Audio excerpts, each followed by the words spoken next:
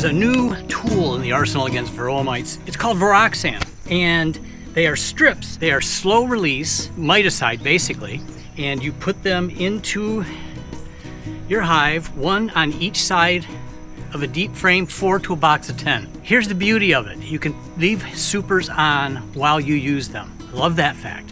Also, the fact that it has the ability to stay in your hives for up to 52 days.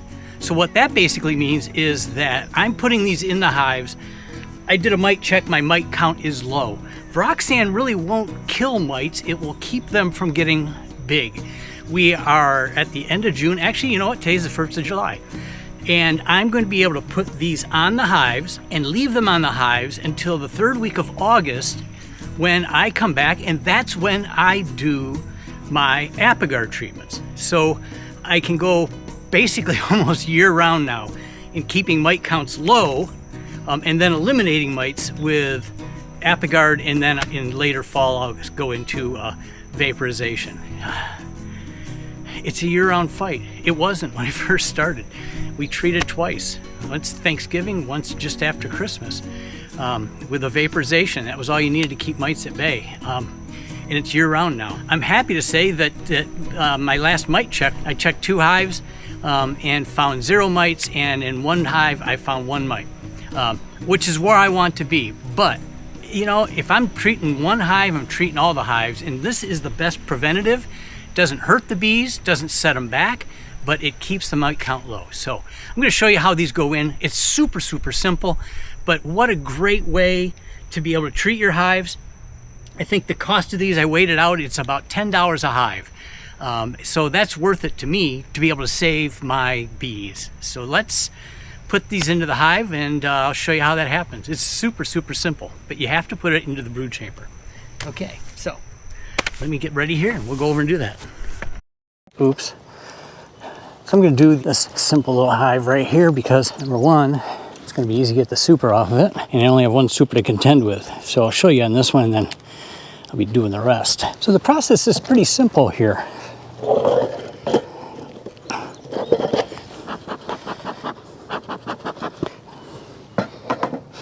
I do want them calm.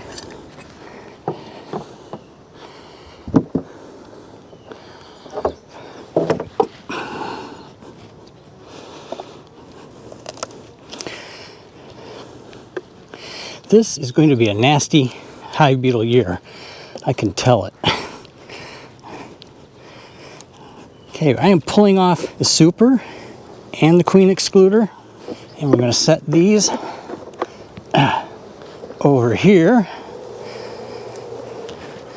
And then I'm going to smoke these guys down a little bit just to give me some room to work. Got to have your top bars clean, because you'll see in just a second how this is installed. But again, this is such a great, easy method. So you need to apply these in the brood chamber in between the frames. The bees have to walk across these for it to be effective. And you want to put them in between and work them down. And you skip at least a frame, and again, you need to find a place where you got enough bee space to work them down, and then work them down into the hive. In a 10 frame, they're recommending 4 strips.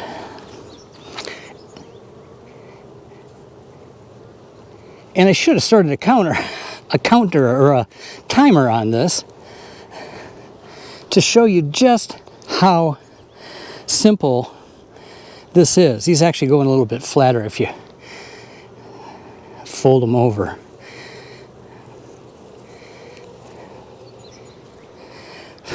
And that is basically how you treat the hive.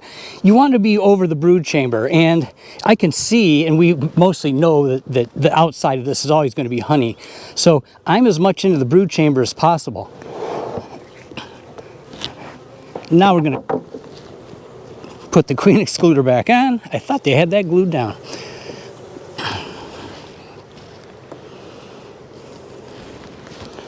Put our honey super back on.